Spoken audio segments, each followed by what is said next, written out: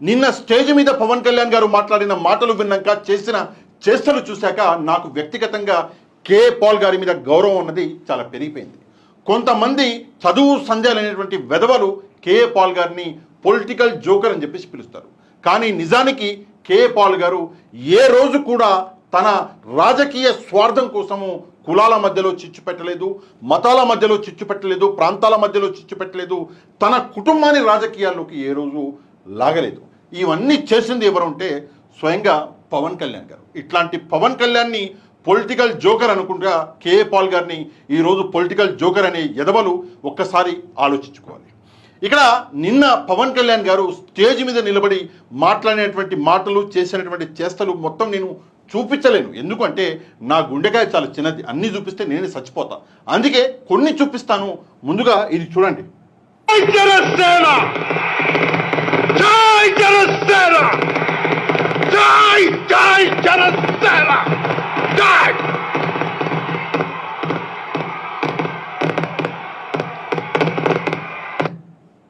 నేను ఎందుకు ఈ వీడియో ముందుగా చూపించాను అంటే దీనికి ఒక కారణం ఉంది. పవన్ కళ్యాణ్ గారు ఇలా ఊగిపోయి చాలా రోజులైంది. ఇట్లా ఎలక్షన్లకి ముందు ఊగిపోయేవాడు. ఎప్పుడైతే జగన్మోహన్ రెడ్డి గారి గురించి మాట్లాడుతున్నాడో ఊగిపోయేవాడు. జగన్మోహన్ రెడ్డి గారి మీద అబద్ధాలు, ఆరోపణలు చేసేటప్పుడు ఊగిపోయేవాడు. ఉదాహరణకి సుగాలి ప్రీతి గురించి మాట్లాడుకుంటూ ఇట్లనే ఊగిపోయి తూగిపోయేవాడు. చాలా రోజుల తర్వాత మళ్ళీ ఇట్లా ఊగుతుంటే నిజంగా నాకైతే నవ్వొచ్చింది. ఇక్కడ ఆశ్చర్యం కలిగించే విషయం కూడా ఒకటి ఉంది. ఏంటంటే ఒక వ్యక్తి స్టేజ్ మీద నిలబడి ఇట్లాంటి చేష్టలు చేస్తుంటే ముందున్న వాళ్ళు అరుస్తున్నారు, చప్పట్లు కొడుతున్నారు. ఇది ఎక్కడి వింత నాకు అర్థం కావట్లేదు. ఎవరైనా వ్యక్తి ఇట్లాంటి పిచ్చి చేష్టలు చేస్తే అందరూ నవ్వుతారు, ఏంది చేష్టలు అని చెప్పేసి. కానీ ముందు కూర్చున్నటువంటి అభిమానుల కార్యకర్తల తెలియదు, మరి ఇట్లా ఎందుకు చేస్తున్నాడు అని చెప్పేసి ప్రశ్నించకుండా చప్పట్లు కొడుతున్నారు, వీలలేస్తున్నారు. నిజంగా ఇది ఘోరం. ఇక రెండో విషయం ఏంటంటే రాముడు దేవుడు. భారతదేశంలోనే కాదు ప్రపంచంలో కోట్లాది మంది, వందల కోట్ల మంది కొలిచే దేవుడు, నమ్మే దేవుడు. అట్లాంటి రాముని కూడా ఈరోజు రాజకీయాల్లోకి లాగిండు ఈ మహానుభావుడు. ఇంతకంటే దాష్టికం ఇంకోటి ఉండదు. ఇక్కడ చూడండి ఏం చేసిండో. మా ఇంట్లో ఎప్పుడు రామనామమే ఉండేది. ఆ రామనామాన్ని జపిస్తూనే నాకు జబ్బు వచ్చినా మా నాన్న రామనామం చెప్పేవాడు. అలాంటి రామనామం జపించే మాకు రాముడి విగ్రహం తల నరికేస్తే కోపం రాకూడదంటారేంటి మీరు? మా ఇంట్లో ఎప్పుడు రామనామమే ఉండేది. మా నాన్న ఒక హేతు అది. మా నాన్న ఎలాంటి వాడంటే, మా నాయనమ్మ దీపారాధన వెలిగిస్తే దీపారాధన సిగరెట్ వెలిగించిన దేవుడు లేడు, దెయ్యం లేదనే వ్యక్తి మా నాన్న. జబ్బు వచ్చిన మీ నాన్న ముందు హేతువాదా కాదు, రాముణ్ణి నమ్మేవాడు, రాముణ్ణి ఏమంటారు పూజించే భక్తుడా? ఈ విషయం ముందుగా పవన్ కళ్యాణ్ గారు క్లియర్ చేయాలి. ఎందుకంటే ఒకసారేమో నా తండ్రి హేతువాది, నా తండ్రి సిగరెట్ వెలిగించుకున్నాడు అని చెప్పేసి మీరు మాట్లాడిన మాట ఇప్పుడే విన్నాం. రెండో వైపేమో లేదు మా నాన్న చాలా మంచివాడు, మా నాన్న రామనామాన్ని జపించేటోడు నా చెవులు అని చెప్పేసి మళ్ళీ నువ్వే చెప్తున్నాడు. మీరు ఇంకొకసారి వినండి ఈ వీడియో. ఏమన్నాడు? మా నాన్న రామనామం చెప్పేవాడు. మా నాన్న ఒక హేతువాది. మా నాయనమ్మ దీపారాధన వెలిగిస్తే దీపారాధన సిగరెట్ వెలిగించిన దేవుడు లేడు, దెయ్యం లేదనే వ్యక్తి మా. ఒకవైపేమో తండ్రిని హేతువాది, తండ్రి దేవుడు లేడు అని చెప్పేసి చెప్పిండు మా నాన్న అని చెప్పేసి, సిగరెట్ వెలిగించుకున్నాడు అని చెప్పేసి అది చెప్పని కూడా నాకు సిగ్గేస్తున్నది, చెప్పలేకపోతున్నా నేను. అట్లాంటి పని చేసిండు మా నాన్న అని చెప్పేసి నువ్వు చెప్పుకొని, రెండో వైపు నా తండ్రి లేదు రాముడి భక్తుడు, రామనామం నా చెవిలో చెప్పేటోడు అని చెప్పేసి రెండు అబద్ధాలు ఇక్కడే ఆడుతున్నావు నువ్వు. నిజంగా దీనికంటే సిగ్గుచేటి ఇంకోటి ఉంటుందా పవన్ కళ్యాణ్ గారు? చెప్పండి. రెండో విషయము, రాముని తల నరికినవాడు. సిగ్గుందా ఆ మాటలకి? మీ కూటమి వాళ్ళు ఎవరైతే ఆ పని చేసిండో ఆ దొంగ నా కొడుకు వాడిని తీసుకొచ్చి 5 లక్షల రూపాయలు సాయం చేసి పక్కన నిలబెట్టుకొని ఫోటోలు దిగితే మీరు మళ్ళీ ఈరోజు నిస్సిగ్గుగా ఈ మాట మాట్లాడుతున్నావు నువ్వు అంటే దీనికంటే సిగ్గుచెట్టు ఇంకోటి ఉంటుందా అని చెప్పేసి నేను ప్రశ్నిస్తున్నా. నెక్స్ట్ ఇక్కడ చూడండి ఇంకో విషయం, రాజకీయాలలో ఎంత దారుణానికి దిగిపోయింది పవన్ కళ్యాణ్. ఇక్కడ చూడండి. అంటే మాట్లాడితే సంస్కృతాన్ని తిడతారు, హిందీని మీరు రుద్దుతున్నారు, సౌత్లో దక్షిణాదిని అంటారు. అన్ని దేశ భాషలే కదా. మన తమిళనాడులో హిందీ రాకూడదు అంటుంటే నాకు అనిపించింది మనసులో ఒకటే, అప్పుడు తమిళ సినిమాలను హిందీలోకి డబ్ చేయకండి. డబ్బులేమో హిందీ నుంచి కావాలి, ఉత్తరప్రదేశ్ నుంచి డబ్బులు కావాలి, బీహార్ నుంచి డబ్బులు కావాలి, ఛత్తీస్గఢ్ నుంచి డబ్బులు కావాలి, కానీ హిందీ మాకు వద్దంటే అది న్యాయం. ఇది ఏ పవన్ కళ్యాణ్ అంటే ఎన్డీఏలో అంటే బీజేపీతో ఈరోజు జతకట్టింది కదా, ఈరోజు మాట్లాడుతున్నటువంటి మాటలు ఏంటంటే హిందీ సినిమాలు అయితే డబ్బింగ్ చేసుకుంటారు, హిందీ భాష మీకు వద్దా అంటాడు. పవన్ కళ్యాణ్ నీ పెద్ద బుర్రకి ఇంత చిన్న విషయం అర్థం కాదు, లేకపోతే నీ చిన్న బుర్రకి ఇంత పెద్ద విషయం అర్థం కాదు. ఇక్కడ సమస్య సినిమాల డబ్బింగ్లో భాషలో కాదు. మా మీద హిందీ రుద్దకండయ్యా, మాకు ప్రాంతీయ భాష అన్నది ఉన్నది. మాకు తెలుగు ప్రాంతీయ భాష, మాకు తమిళ్ ప్రాంతీయ భాష, మాకు కన్నడ ప్రాంతీయ భాష, మాకు మలయాళం ప్రాంతీయ భాష, మా భాషని మేము గౌరవించుకుంటామయ్యా, దాని తర్వాత హిందీ అని చెప్పి ఇక్కడ జరుగుతున్నటువంటి యుద్ధం అది అర్థం చేసుకోలేనివుడు నువ్వు. సరే ఒక స్టాండ్ మీద ఉన్నావు, సరే నువ్వు ఎన్డీఏ పక్షాన ఉన్నవా లేదా మోదీ గారి ఎక్కినవా సంఖ్యెక్కినవా అది వేరే సంగతి. ఒక స్టాండ్ మీద ఉన్నావు, మరి నువ్వు పూర్వం ఉన్న మాట ఏంది ఇక్కడ చూడండి.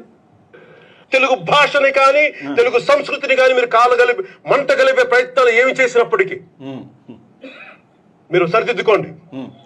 ఒకవైపు అమిత్ షా గారు, మోదీ గారు హిందీని మన అందరికీ జాతీయ భాషగా చేయాలి, ప్రతి రాష్ట్రంలో ఇది మాట్లాడాలి అంటే అది తమిళనాడులో ఉవ్వెత్తున నిరసన వచ్చినప్పుడు వాళ్ళు తిరిగి వెనక్కి తగ్గారు. ఆ స్థాయి వ్యక్తులే, దేశాన్ని శాసించే వ్యక్తులే. ఎవరు అమిత్ షా మోదీ గారి గురించి మాట్లాడుతున్నాడు. ఏంటంటే తమిళనాడులో ముడి మీద అంతే మీరు తగ్గిర్రు అని చెప్పేసి అప్పుడు మాట్లాడిన మాటలు, ప్రాంతీయ భాషల్ని గౌరవించండి అని చెప్పేసి అప్పుడు మాట్లాడిన మాటలు ఈరోజు మార్చేసినవే. అంటే ఒక స్టాండ్ మీద ఉండవా? పదవి రాగానే మాట మార్చేస్తావా? సూట్ కేసు రాగానే వ్యక్తిత్వాన్ని మొత్తం చంపేస్తావా? ఇదా పవన్ కళ్యాణ్ రాజకీయం అంటే? రాజకీయం అంటే కేఏ పాల్ చేస్తున్నాడు, అట్లీస్ట్ సదన చెయ్యి. కేఏ పాల్ ఎప్పుడు తన మాట మార్చాలా ఇంతవరకు?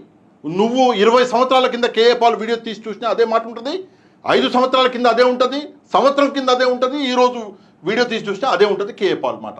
నీ మాట 10 సంవత్సరాల కింద ఒకటి ఉంటుంది, 9, 8, 7 ప్రతి సంవత్సరం మాట మారుస్తుంటావు. రేపు పొద్దున దరిద్రానికి మళ్ళీ కాంగ్రెస్ పార్టీ సెంట్రల్లో వచ్చిందనుకో, దన్నువని నువ్వు సెక్యులర్ అయిపోతావు.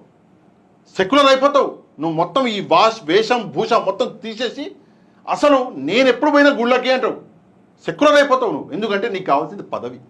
నీకు దేవుళ్ళ మీద ప్రేమ లేదు, భక్తి లేదు, నీకు ప్రాంతాల మీద భక్తి లేదు, నీకు మనుషుల మీద భక్తి లేదు, నీకు భాష మీద భక్తి ఉన్నది కేవలం నీకు పదవి మీద ఈరోజు కనిపిస్తున్నది. ఎంత దారుణం అంటే ఆంధ్రప్రదేశ్ తెలంగాణ 2 రాష్ట్రాల మధ్యలో చిచ్చు పెట్టినకి చూసినావు నువ్వు. ఇక్కడ చూడండి, మా ఆంధ్రప్రదేశ్లో తెలంగాణకి తెలంగాణ అన్న భావం ఉంటుంది. మా ఆంధ్రప్రదేశ్కి దురదృష్టం ఏంటో దౌర్భాగ్యం తెలియదు. మాకు ఎప్పుడు కులాల భావం తప్ప మేము ఆంధ్రులు అనే భావన మాకు లేదు. బలం ఇచ్చి నడిపినట్టు నా తెలంగాణ కోటి రతనాల వీణ, నా తెలంగాణ కోటి రతనాల వీణ. ఆ రోజు అసెంబ్లీలో నిలబడి నువ్వు మాట్లాడిన మాట ఏంటి?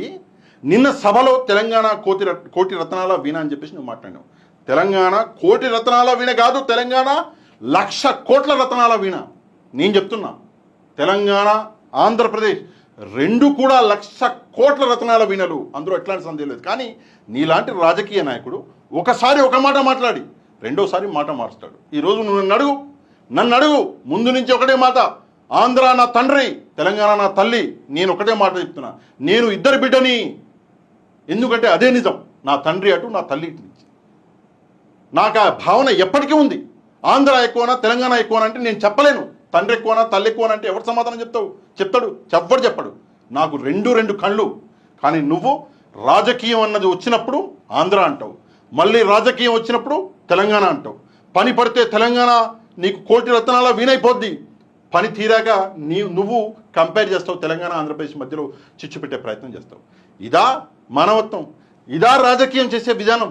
రాజకీయం అంటే మనిషి చచ్చేంత వరకు ఒక మాట మీద ఉండాలి. ఈరోజు జగన్మోహన్ రెడ్డి గారి ఏదైనా వీడియో తీ, నువ్వు 10 సంవత్సరాల కింద వీడియో తీసినా కూడా అదే మాట మీద ఉంటాడు ఈరోజు. అది మనిషికి ఉండవలసిన, ఒక రాజకీయ నాయకుడికి ఉండవలసిన క్వాలిటీ. ఆ క్వాలిటీ ఫస్ట్ నేర్చుకో, తర్వాత రాజకీయాలు చేద్దు. నెక్స్ట్ చూడండి, సరే ఈయన రాజకీయం ఎంతలా పెరిగిపోయిందంటే, జనసేన అన్న పార్టీ గెలవడానికి కారణం ఏంటంటే ఇద్దరు, ఒకటి బీజేపీ, 2 టీడీపీ.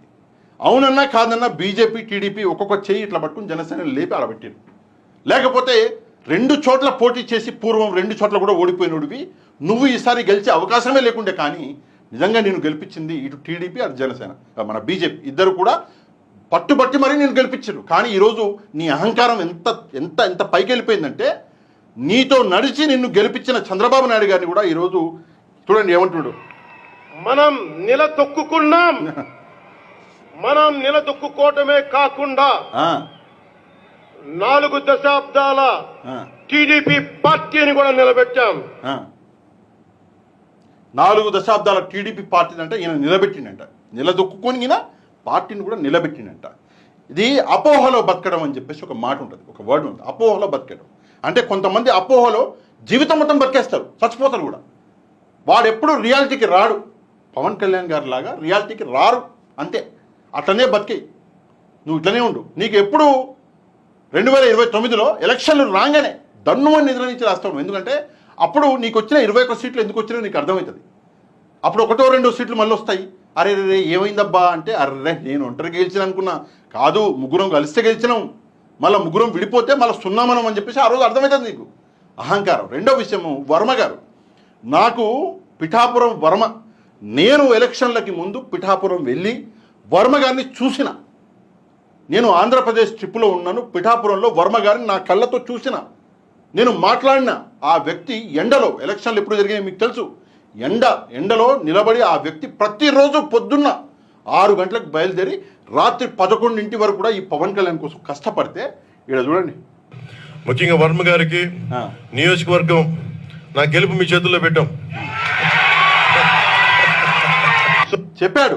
గెలుపు చేతిలో పెట్టామంటే పాపం ఆ వర్మ గారు పిచ్చోళ్ళలాగా రోడ్ల మీద తిరిగాడు. ఉదయం 6 గంటల నుంచి రాత్రి 11 గంటల వరకు తిరిగి తన ఓటు బ్యాంకుని మొత్తం పవన్ కళ్యాణ్కి ఇచ్చేసాడు. తన ఓట్లని మొత్తం పవన్ కళ్యాణ్కి ఇచ్చేసాడు. ఇచ్చి పవన్ కళ్యాణ్ని గెలిపిస్తే ఈరోజు చూడండి. సో మాలో ఎవరైనా ఇంకెవరైనా సరే పవన్ కళ్యాణ్ గారి విజయానికి నేనే దోహదపడ్డాను అని ఎవరన్నా అనుకుంటే అది వారి కర్మ, అంతకంటే ఏం చేయలేదు. ఎవడు దోహదపడ్డాడో ఎవడు లేదో అది ప్రపంచానికి తెలుసు, కానీ నాగబాబు గారు మాత్రం దోహదపడలేదు, ఎక్కడ ఎప్పుడు పడలేదు. నిజంగా పవన్ కళ్యాణ్ గెలుపుకి దోహదపడ్డది వర్మ గారు. వర్మ గారు టీడీపీ పార్టీ వారైనా సరే ఆయన పడ్డ కష్టానికి నేను నిజంగా జెన్యూన్గా చెప్తున్నా. నేను ఏదో ఆయనని క్రిటిసైజ్ చేయాలని చెప్తాను. నేను నిజంగానే వర్మ అనే వ్యక్తి పాపం అమాయకుడు. ఆ వ్యక్తి చాలా కష్టపడితే ఈరోజు నాగబాబు గారు వచ్చి అక్కడ ఈ ఎమ్మెల్సీ సీట్ ఎవరిది? నాగబాబుది, వర్మ గారిది. స్వయంగా చంద్రబాబు నాయుడు గారు వచ్చి వర్మ గారికి ఎమ్మెల్సీ సీట్ ఇస్తాం, మీరేం అనుకోకండి, పవన్ కళ్యాణ్ గెలిపించండి అంటే పాపం అమాయకపు రాజు పవన్ కళ్యాణ్ గెలిపిస్తే ఆ ఎమ్మెల్సీ సీటు దండుకున్నాడు ఈ నాగబాబు. దండుకొని ఈడ నిలబడి కారణం ఎవరు కాదంటున్నాడు. నిజంగా దీనికంటే సిగ్గుచేటు ఇంకోటి ఉంటుందా అని చెప్పేసి నేను నాగబాబు గారిని అడుగుతున్నా, పవన్ కళ్యాణ్ గారిని అడుగుతున్నా. నిజంగా పవన్ కళ్యాణ్ హీరో అయితే సినిమాలలో ఎవడన్నా అవుతాడు, ₹1 ఇస్తే ఆడు హీరో. అది కాదు, నిజంగా నువ్వు హీరో అయితే నువ్వేం చేయాలి? నిన్న జరిగిన సభలో ముఖ్య అతిథిగా వర్మ గారిని పిలవాలి. పిలిచి ఆడ కూర్చోబెట్టి ఆయనకి దండేసి దండం పెట్టాలి ఆయనకి. సార్ నేను రెండు చోట్ల నేను నిలబడ్డా, గెలవలేకపోయినా, ఓడిపోయినా 2 చోట్ల, అంతకుముందు నిలబడ్డా మళ్ళీ ఓడిపోయినా, కానీ నన్ను గెలిపించింది మీరండి, నిజంగా మీకు ఎప్పటికీ రుణపడి ఉంటానండి అని చెప్పేసి ఆయనకి దండేసి దండం పెట్టాలి పవన్ కళ్యాణ్ ఇదే సభలో. కానీ ఏం చేసిండు? అహంకారం. 21 సీట్లకే అప్పుడే మొదటిసారి ఎమ్మెల్యే అయ్యే ఈ అమ్మాయి అహంకారం ఎటు తీసుకెళ్తుంది నిన్ను అంటే మళ్ళీ పాతాళానికి తీసుకెళ్తుంది. మంచి చెయ్యి, నలుగురికి పనికిరా, నీకు మంచి చేసిన వాళ్ళని గుర్తుపెట్టుకో. ఎప్పుడు కూడా దేవుడు చల్లగా చూస్తాడు. కానీ నువ్వేం చేస్తున్నావు అంటే కులాల మధ్యలో చిచ్చులు, రాజకీయాలు, మతాల మధ్యలో చిచ్చులు, రాజకీయాలు, ప్రాంతాల మధ్యలో చిచ్చులు, రాజకీయాలు, భాషల మధ్యలో చిచ్చులు, రాజకీయాలు. ఈరోజు దరిద్రం ఎంత అయిపోయిందంటే తన ఇంట్లో తాను నిన్ను పిలిచి కూర్చోబెట్టిన వర్మ గారిని అదే ఇంట్లో నుంచి తరిమేసి ఆ ఇల్లు నాదే అంటున్నావు. ఆ ఇల్లు పేరే పిఠాపురం. ఇది నీ రాజకీయం. ఎప్పటికి కూడా ఇట్లాంటి రాజకీయాలు నడవు. ఆంధ్రప్రదేశ్ ప్రజలు చూస్తూ ఊరుకోరు. ఈ విషయాన్ని గుర్తుపెట్టుకోవాలి పవన్ కళ్యాణ్ గారు. ఈ విషయం మీద మీరేమనుకుంటున్నారో తప్పకుండా కమెంట్ చేయడం మాత్రం మర్చిపోవద్దు. తప్పకుండా వీడియోని లైక్ అండ్ షేర్ చేయండి. మీరు లైక్ అండ్ షేర్ చేస్తే వీడియో అన్నది ప్రజలందరి దగ్గర చేరుతుంది, వైరల్ అవుతుంది. కాబట్టి ఎవరైతే మన ఛానల్ని సబ్స్క్రైబ్ చేసుకోలేదో ఛానల్ని కూడా సబ్స్క్రైబ్ చేసుకోండి. నెక్స్ట్ వీడియోలో మళ్ళీ కలుద్దాం. అంతవరకు థ్యాంక్ యూ వెరీ మచ్. జై హింద్.